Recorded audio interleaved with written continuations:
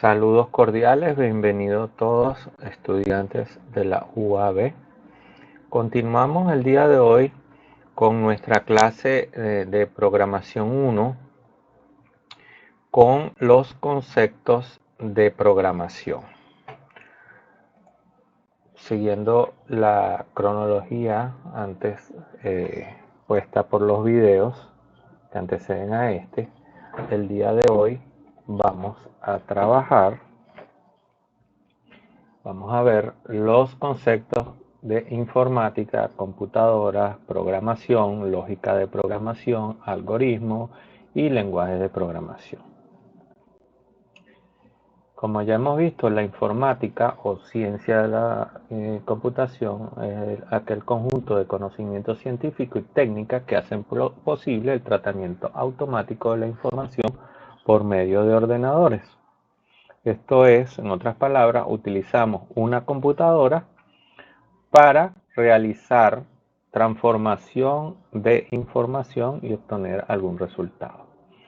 Estos ordenadores o computadoras son máquinas electrónicas, analógicas o digitales, que están dotadas de una memoria, gran capacidad para el tratamiento de información, pueden resolver problemas matemáticos y lógicos y son capaces de ejecutar programas informáticos.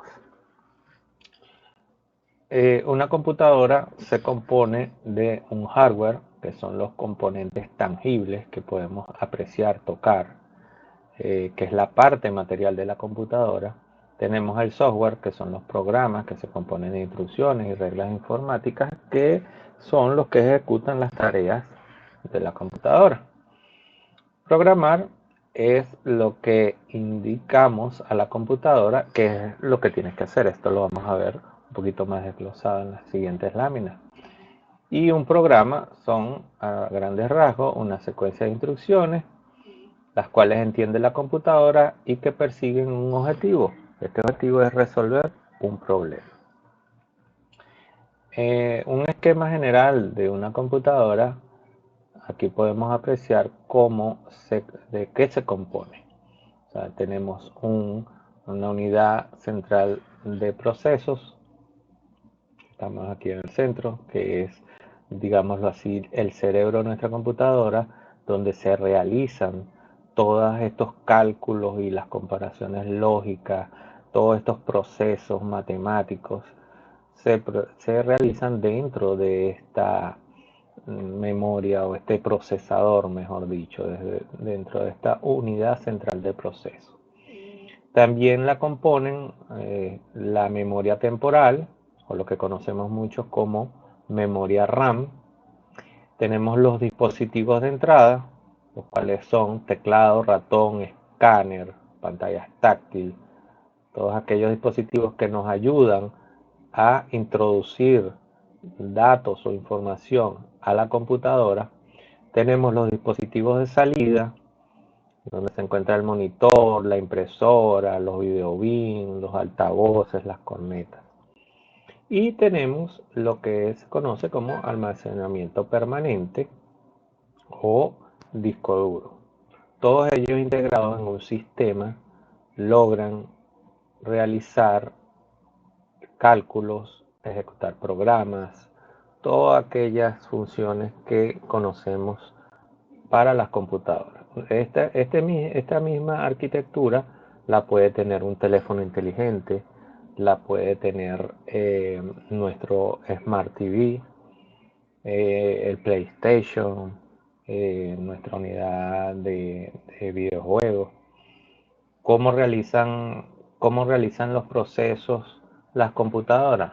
Bien, entramos los datos a nuestra computadora. Normalmente estos datos pueden ser almacenados en la memoria temporal o en nuestro almacenamiento permanente. Son estructurados y organizados por algún tipo de programa.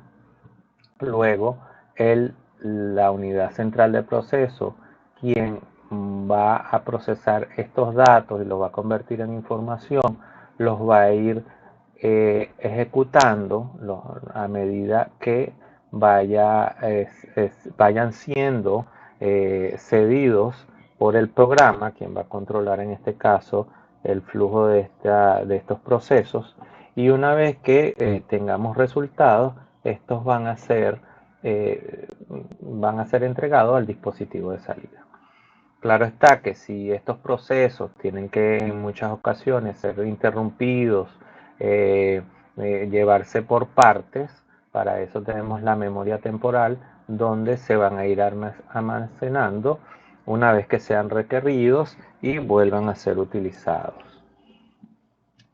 Normalmente estos procesadores a lo interno trabajan con ceros y unos, que son unidades que se conocen como bits. La unidad de memoria básica es un byte o 8 bits y normalmente se utiliza la denotación numérica hexadecimal. Son esas cadenas de 0 y 1 que vemos. Esto es lo que interpreta el computador en sí. Eso se puede, lo que llamaríamos el código binario, y es lo que el computador reconoce y con lo que trabaja. Esto se traduce en impulsos eléctricos. Ceros y unos tienen una representación para los componentes electrónicos de paso de corriente, ausencia de corriente, y eso en una secuencia preestablecida le dicen al computador qué hacer. Ahora bien, esto es a nivel de máquina. Nosotros no entendemos o sería muy complicado para nosotros entendernos o comunicarnos con la computadora escribiendo ceros y unos. Entonces, para eso vamos a ver más adelante qué ha inventado el hombre o cómo se le ha ingeniado para comunicarse con la computadora sin tener que trabajar en el mismo lenguaje que ella entiende. Los lenguajes de máquina o códigos hexadecimales representan instrucciones, registros en la CPU y direcciones en las memorias de datos. Esto es lo que estamos hablando de los ceros y unos. Es importante destacar que la máquina va a trabajar con estas instrucciones traducidas a ceros y unos, pero no necesariamente nosotros tenemos que introducirlas de esta forma. Para eso vamos a ver más adelante que son lenguajes.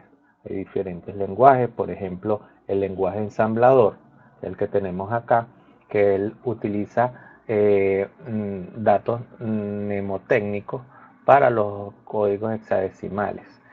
Ya estas tablas de ceros y unos son traducidas a una letra y un número, a un número y una letra, cada uno, y eso van dándole la instrucción con otras palabras, unas palabras reservadas que conoceríamos como reservadas, por ejemplo, read, rec, read, add, write, son palabras reservadas del lenguaje ensamblador.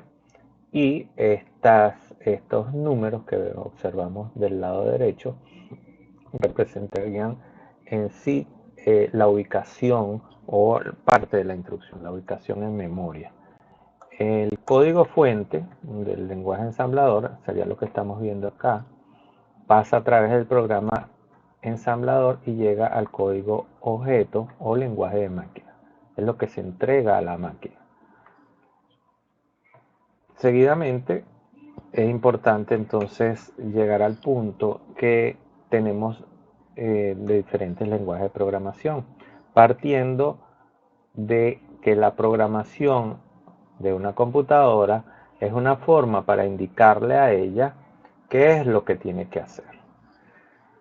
¿Cómo lo hacemos? A través de un lenguaje de programación. ¿Queremos programar una computadora? Nos buscamos un lenguaje de programación que es una herramienta para automatizar informaciones y acciones a través de una computadora.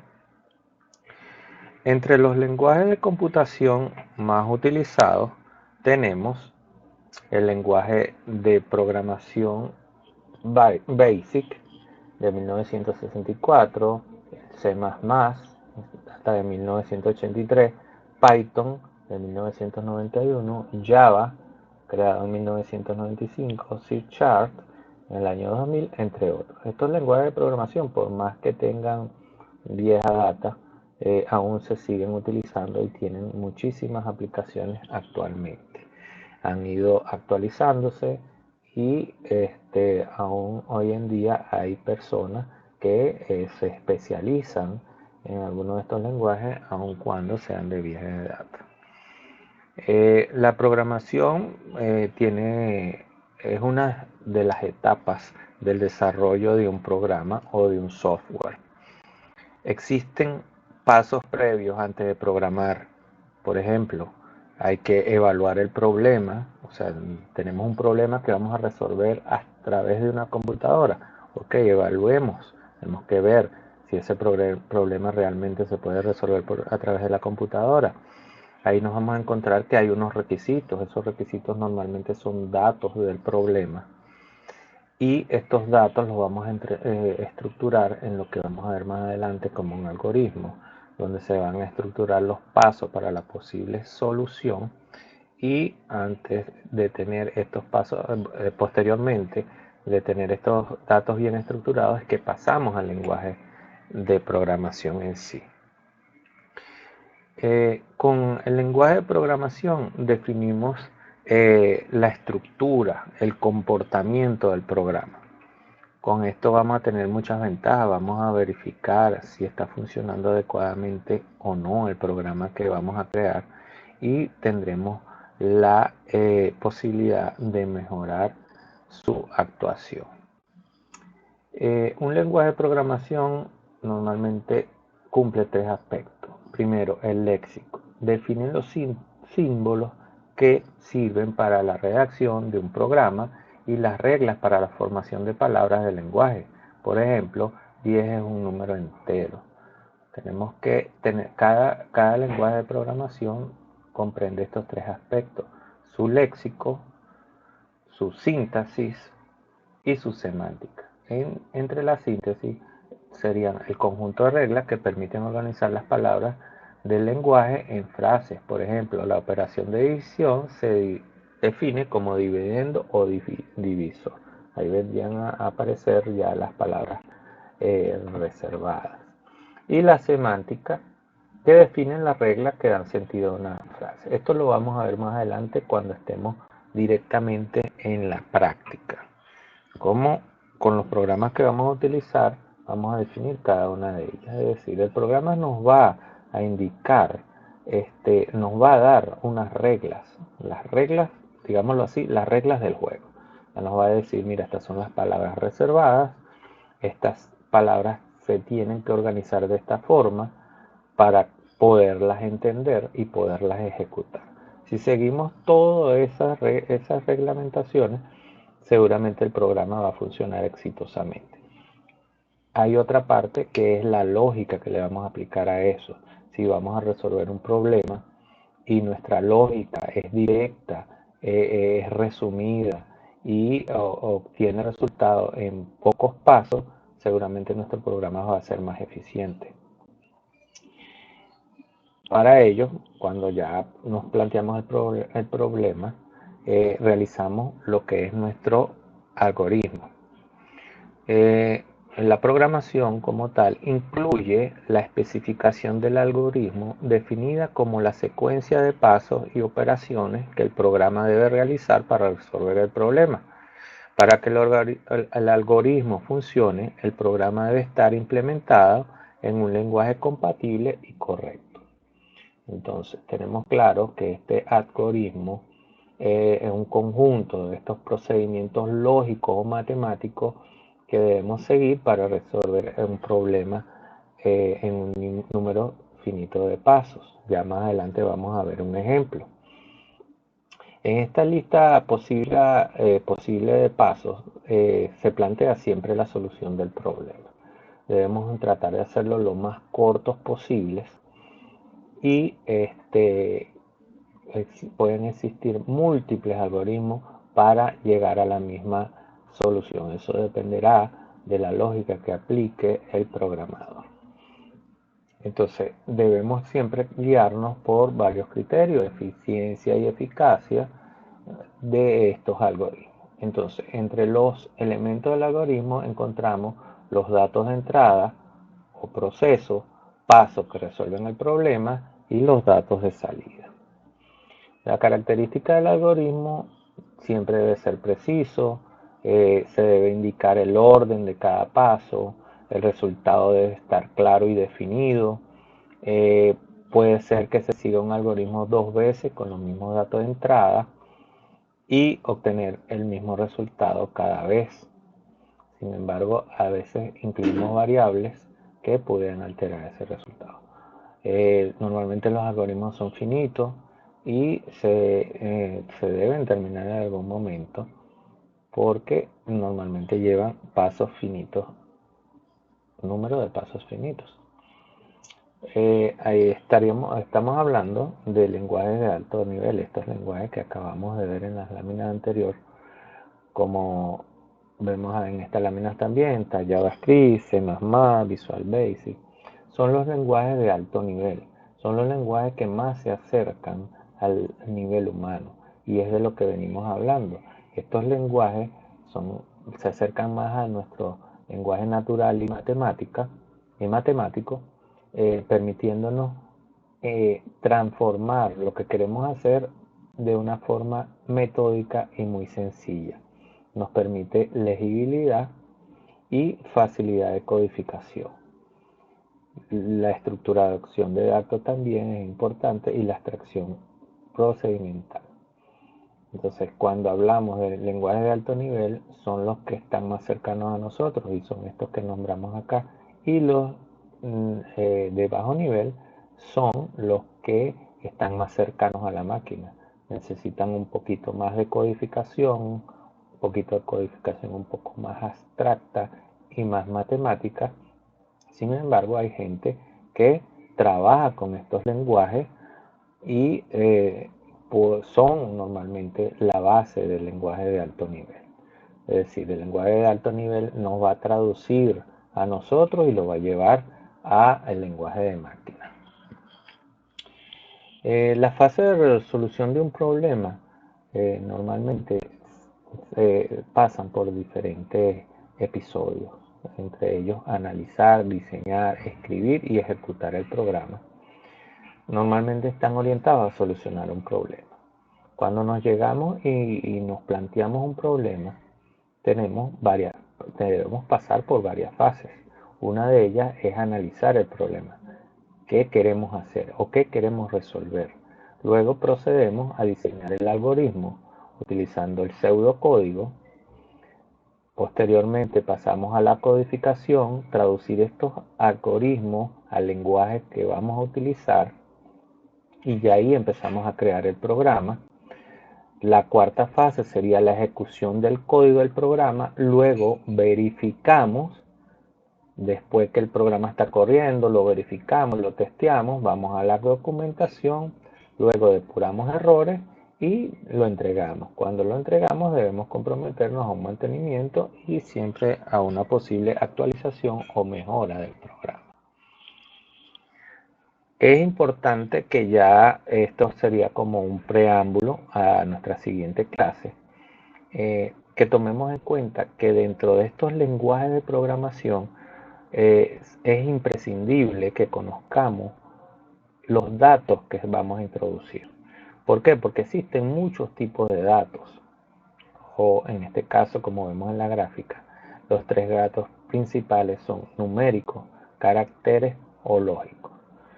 Los numéricos los conocemos como enteros y reales. Y los datos caracteres pueden ser un carácter o una cadena de caracteres.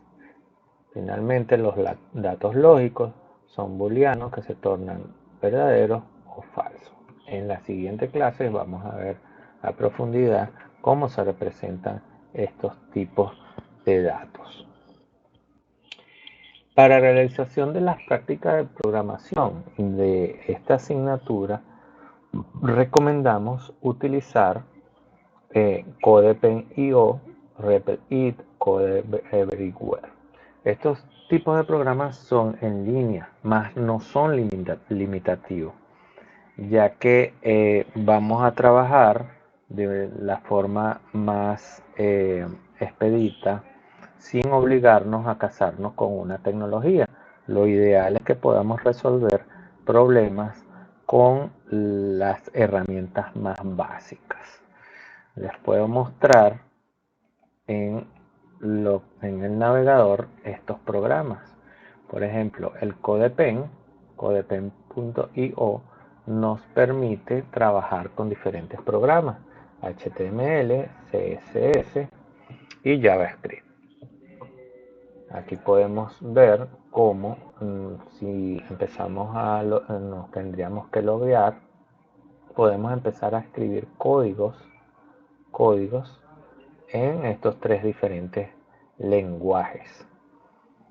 También tenemos el REPL.it, aquí estoy logueado. Fíjense cómo tengo este escritorio del REPL.it. Es necesario en este caso, cuando entramos a REPL.it, crearnos un usuario para trabajar en él. Y ahí llevamos y podemos realizar nuestros códigos en diferentes programas. Tiene posibilidades de trabajar en HTML, CSS, JavaScript, PHP, tenemos Python y cualquier cantidad, hay muchos más, Node.js, C, Java, Ruby, muchos programas. Para esta asignatura vamos a trabajar con la escala o escalera de programación, que es la ruta que han utilizado ya por los últimos años. La estructura para alcanzar la programación es a través de estos lenguajes sencillos. Empezamos por HTML, CSS y luego JavaScript, y de ahí, bueno, podríamos saltar a PHP, que son lenguajes de programación web. Otro programa donde podemos codificar también es codeanywhere.com. Igualmente nos sirve para programar en muchos lenguajes de programación. Igualmente, para trabajar con HTML, JavaScript o CSS, normalmente nos sirven estos programas porque ellos nos ayudan, tienen corrector. Cuando colocamos una palabra clave, una palabra reservada, la colocamos y está mal escrita, normalmente nos la subraya en un color y nos indica que estamos equivocados, y a veces hasta nos corrige el error, nos da la posibilidad de corregir cualquiera de estas tres opciones. Sin embargo, en lenguajes como HTML se puede trabajar directamente en un bloc de notas. Aquí vemos un código de una página web hecho en el bloc de notas. Hay que hacer la salvedad que no nos corrige los errores en el código.